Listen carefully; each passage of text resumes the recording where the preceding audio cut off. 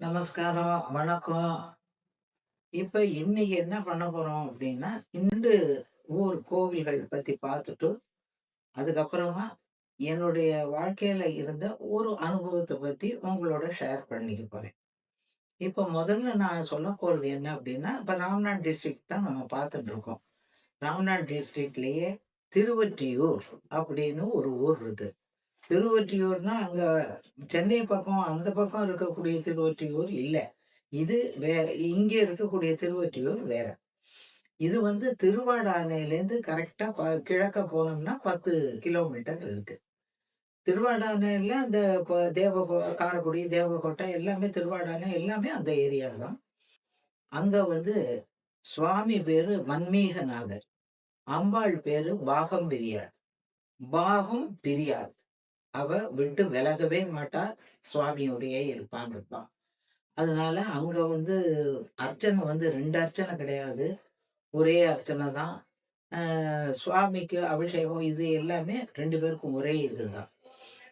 அப்ப அந்த கோவில் வந்து என்ன விசேஷம் அப்படின்னா, சுற்று வட்டாரத்துல இருக்கக்கூடிய கிராமங்கள்லேருந்துலாம் எந்த இது ப அ கிட்டத்தட்ட ஒரு 45 வருஷத்துக்கு முன்னாடி நான் என் பிள்ளைய கூட்டிட்டு போயிருந்தபோது பார்த்தேன். அப்போ வந்து பாம்பு கடிச்சு, தேளு க கடிச்செல்லாம் விஷம் கடிச்ச குழந்தைகளெல்லாம் கொண்டு வந்து அங்க இந்த அம்பாளோட சன்னதியில விட்டா.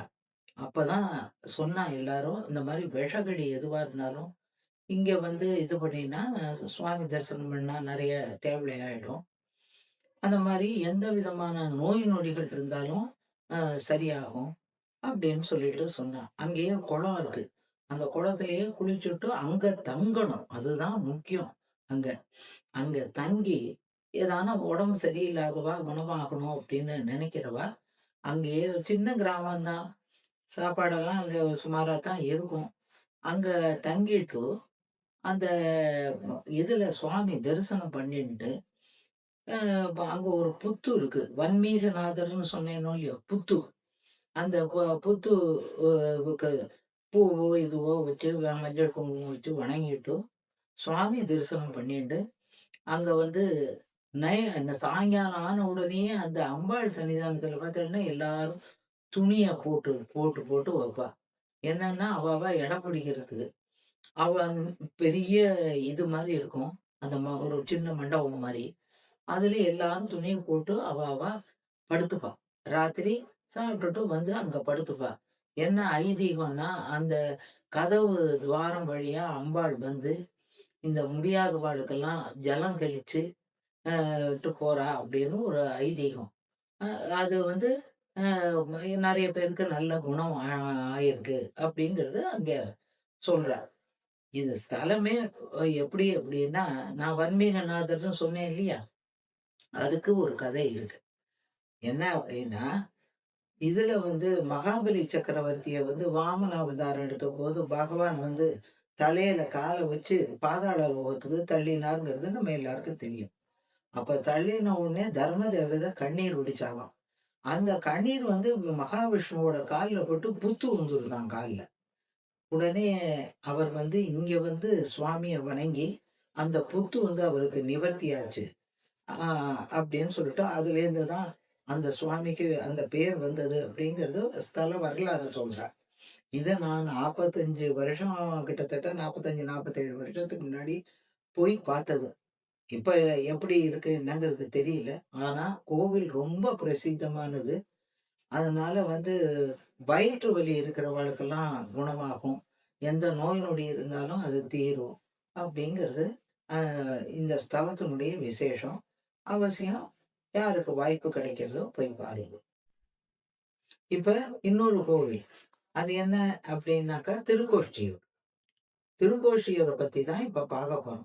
இதுவும் உங்களுக்கு ராம்நாத் டிஸ்ட்ரிக்ட்டுக்குள்ள தான் வருது. திருப்பத்தூர் அங்கே அதே அதே இதுக்குள்ள காரைக்குடி, திருப்பத்தூர் எல்லாமே இருக்கு. அங்க ஒரு திருப்பத்தூர் இருக்கு. இந்த பக்கம் வந்து நார்த் ஆர்காட் பக்கம் ஒரு திருப்பத்தூர் இருக்கு. இது அங்க ஒரு திருப்பத்தூர். அதுலேருந்து கரெக்ட்டா 12 கிலோமீட்டர் தான். இந்த க்ஷேத்திரம் இருக்கு. இது 108 திவ்ய தேசத்துலயும் ஒண்ணா இருக்கு. திருக்கோஷியூர்ல வந்து பெருமாள் வந்து 3 இதுல இருப்பார். ஒண்ணு கீழ, அடுத்தது நடுவுல, அது அடுத்தது மேல. அதாவது நின்றான், இருந்தான், கிடந்தான் அப்படிங்கிற மாரி 3 இதுலயும் பெருமாள் அ வ இருக்கார். 3 இதுக்கும் 3 தாயார்கள். கோவில் வந்து ரொம்ப நன்னா இருக்கும் பார்க்கறதுக்கு. அங்கே இதுக்கு பேரே திருக்கோஷ்டியூர்ன்னு வந்தது என்னன்னா, தேவர்கள் எல்லாம் கோஷ்டி கோஷ்டியா வந்தாளாம். அதனால தான் இது கோஷ்டியூர்ங்கிறது இந்த திருங்கிற அடைமொழிய சேர்த்து திருக்கோஷ்டியூர் அப்படின்னு வந்தது. ராமானுஜருக்கு வந்து இந்த கதை நெறைய பேருக்கு தெரிஞ்சிருக்கும். ராமானுஜருக்கு வந்து நம்பிகள் வந்து உபதேசம் பண்றதுக்காக வந்தபோது, இவர் வந்து ரொம்ப நாள் வந்து வந்து கேட்டு, அப்புறம் கடைசியில உபதேசம் பண்ணினதா அ சொல்றாரு. அப்ப அவர் உபதேசம் பண்றச்ச இந்த மந்திரத்த நான் இப்போ இது சொல்லி, இத வந்து யார்ட்டயும் சொல்லக்கூடாது. எதுவும் பண்ணக்கூடாதுன்னு சொன்னதுக்கு அப்புறம், இவர் நேரா வந்து நான் அந்த ம இந்த ஒரு இத சொன்னா அத்தன பேருக்கு முக்தி கிடைக்கும், மோட்சம் கிடைக்கும் அப்படிங்கிறபோது, அத நம்ம மட்டும் வச்சுக்கலாமா? அப்படின்னு இவருக்கு தோணித்தான். உடனே இவர் வந்து கோவில்ல வந்து மேல ஏறி கோபுரத்துல நின்னு, ஊர்ல இருக்கிற எல்லாரையும் சொல்லி, அவ்வளவு பேர் கூட்டம் வந்த உடனே, இவர் அ அவர் என்ன சொன்னாரோ அத சொல்லிட்டார். ஓம் நமோ நாராயணாய. இது மந்திரத்த சொன்ன உடனே, அ இவருக்கு கோபம் வந்துடுத்து நம்பிகளுக்கு. கூப்பிட்டார். கூப்பிட்டு, "நான் என்ன சொல்லி விட்டேன் உன்கிட்ட? நீ மட்டும் தான் வச்சுக்கணும். யாருக்கும் சொல்லக்கூடாது. இது வந்து மோட்சத்துக்குரிய மந்திரம்னு சொன்னேன். நீ இந்த மாரி பண்ணியிருக்கியேன்னு" கேட்ட உடனே அவர் சொன்னார், "நான் ஒருத்தன் தான் இந்த இத சொல்லி மோட்சத்துக்கு போறத விட, இவ்வளவு பேர் போயி உனக்கு நரகம் சுட்டுனா என்ன பண்ணுவேன்னு?" கேட்கிறாரு. எனக்கு அந்த மாரி இருந்தாலும் பரவால்ல. இவ்வளவு பேரு மோட்சத்துக்கு போறாளே! எனக்கு அதுதான் பெருசு. அப்படின்னு ராமானுஜர் சொன்னார். அது நடந்த இடமும் இந்த திருக்கோஷ்டியூர் தான். இன்னொன்னு இதுல என்ன அ வி விசேஷம் அப்டின்னா, தெப்பம். திருக்கோஷ்டியூர் தெப்பம்னா ரொம்ப ஃபேமஸ். ஆ வ வ அந்த தெப்பத்துல வந்து விளக்குகள், அகல் விளக்குகள் எல்லாம் விடுவா. அந்த அகல் விளக்கெல்லாம் நம்ம வந்து அது விட்டதுக்கு அப்புறம், அந்த விளக்குல ஒண்ண வாங்கிட்டு வந்து 2 வாங்கிட்டு வந்து நம்ம ஆத்துல வச்சுட்டு, குழந்தை இல்லாதவாளுக்காக வேண்டிட்டு வாங்கிட்டு வந்து வச்சுட்டோம்னா, குழந்தை பொறக்கும்னு ஒரு ஐதீகம். குழந்தை பொறந்ததுக்கு அப்புறம் நம்ம ஏதான வேண்டிட்டு பெருமாளுக்கு வேட்டியோ, இதுவோ என்ன நம்ம வேண்டிக்கிறோமோ போயி அ தரிசனம் பண்ணி குழந்தையோட தரிசனம் பண்ணிட்டு வர ஒரு ஐதீகம். அந்த விளக்குக்கு அவ்வளவு போட்டா போட்டி நடக்கும். தெப்பம் வந்து பார்க்கறதுக்கு திருக்கோஷ்டியூர் தெப்பம்னாலே அவ்வளவு நன்னா இருக்கும். இது வந்து திருக்கோஷ்டியூர்ல ரொம்ப விசேஷமான இது. அதனால அவசியம் எல்லாரும் போய் பாருங்க. இப்ப 2 ஸ்தலம் சொன்னேன்னா, கோவில். இப்ப என்னுடைய வாழ்க்கையில ஏற்பட்ட ஒரு அனுபவம். 19, 20 வயசு இருக்கும். எனக்கு இப்ப 76 வயசு ஆகுது. என்னுடைய 19, 20 வயசுல என்னுடைய தகப்பனார் இறந்து போயிட்டார். அப்ப நானு, எங்க அம்மாலாம் அண்ணா ஆத்துல தான் சென்னையில வந்து சைதாப்பேட்டையில ஒரு வீட்ல குடியிருந்தேன். வீடு சின்ன வீடு. அதுல தான் இருந்தோம். ஒரு பெரிய ரூம் மாரி இருக்கும். அதுதான் வீடே. அதுல இருந்தோம். அப்ப இருக்கிறபோது எங்க அம்மா வந்து ஜாதகத்த கொண்டு போய் ஒரு ஜோசியர்ட்ட காமிச்சு, அங்க ஒரு ஜோசியர் ரொம்ப நன்னா கரெக்ட்டா கணிப்பார்ன்னா, அவர்ட்ட கொண்டோய் காமிச்சோம். அப்ப அவர் சொன்னார், "நீங்க வந்து காமிக்கிறதெல்லாம் சரி. இந்த வருஷம் போகட்டும். ஆ நெக்ஸ்ட் இயர்ல ஒரு பாதி போனதுக்கு அப்புறமா இந்த பொண்ணோட ஜாதகத்த எடுங்கோ" அப்டின்னார். ஏன் இன்னும் குருபலன் வரலையா என்னன்னு கேட்டா எங்க அம்மா. உடனே அவர் சொன்னார், "குரு பலன்லாம் நன்னா தான் இருக்கு வருது. ஆனா இந்த பொண்ணுக்கு நீங்க கேட்கறதுனால சொல்றேன். இந்த பொண்ணுக்கு இன்னும் ஒரு 1 1/2 வருஷம் போகணும். அதுக்குள்ள ஒரு சின்ன கண்டம் ஒண்ணு வரும். அதுல இந்த பொண்ணு தப்பணும். 2வது அப்படி தப்பி ஆன உடனே 50லேருந்து 55 வயசுல ஒரு கண்டம் வரும்." அப்படின்னு சொன்னார். அத பத்தி கூட இப்ப பார்க்க வேண்டாம். அ அதே சமயத்துல இந்த பொண்ணு மகர ராசிங்கிற போது, ஆயுள்காரகன் சனீஸ்வர பகவான். அதனால அதுக்கு ரொம்ப இதுங்க வேண்டான்னு ஒரு மாரி ஆறுதல் சொல்லி எங்க அம்மாவ அனுப்பிட்டேன். எங்க அம்மாவுக்கு என்னடா இது இப்படி சொல்ட்டாரேன்னு நெனச்சுட்டே இருந்தேன். ஒரு நாள் இந்த சம்பவம் நடந்து ஒரு 4, 5 மாசம் 5, 6 மாசம் இருக்கும். படுத்துட்டு இருக்கோம் ராத்திரி. நல்ல சம்மர். நான் இப்படி வரிசையா படுத்துட்டு இருக்கோம். நான் படுத்துட்டு இருக்கேன். எனக்கு பக்கத்துல எங்க அம்மா படுத்துட்டு இருக்கா. அப்புறம் எல்லாரும் படுத்துட்டு இருக்கா. இந்த நான் படுத்துட்டு இருக்கிறதுக்கு மேல இந்த சைடுல ஒரு பெரிய ஜன்னல் இருக்கும். ஜன்னல்னா அந்த காலத்து ப இந்த வலையெல்லாம் அடிச்சு கிடிச்சு அந்த மாரிலாம் இருக்காது. வெறும் கம்பியா போட்டிருக்கும் ஜன்னல். காத்துக்காக திறந்து வச்சுட்டு ஜன்னல வழக்கம் போல படுத்துட்டு இருக்கிற மாரி ஒரு நாள் படுத்துட்டோம். நான்னா ஒரு 12 மணி, 1 மணி நல்லா நடு நிசி பார்த்தா எனக்கு கால்ல வந்து ஏதோ கவ்வின மாரி இருந்தது. ஏதோ கடிச்ச மாரி இருந்தவுடனே நான் கால உதறிட்டு கத்தினேன். ஏதோ கடிச்சுடுத்துன்னு கத்தின உடனே எல்லாரையும் எந்திரிச்சுட்டேன். லைட்ட போட்டு பார்த்தாக்கா ஒண்ணும் காணோம். அப்புறம் எல்லாரும் வந்து வெளியில போயி படுக்கையெல்லாம் உதறி போட்டு, எல்லாம் போட்டு பண்ண உடனே அங்க ஒரு ஸ்டோர் மாரி எல்லாரும் பக்கத்துல இருக்கிறவன்லாம் வந்துட்டா. அடுத்த குடித்தனக்காரன்லாம். வந்து நானா பார்த்த உடனே, அதுல ஒருத்தர் சொன்னாரு, ஒரு பெரிய கப்போர்ட் மாரி ஒரு பெரிய கப்போர்டு இருக்கும்.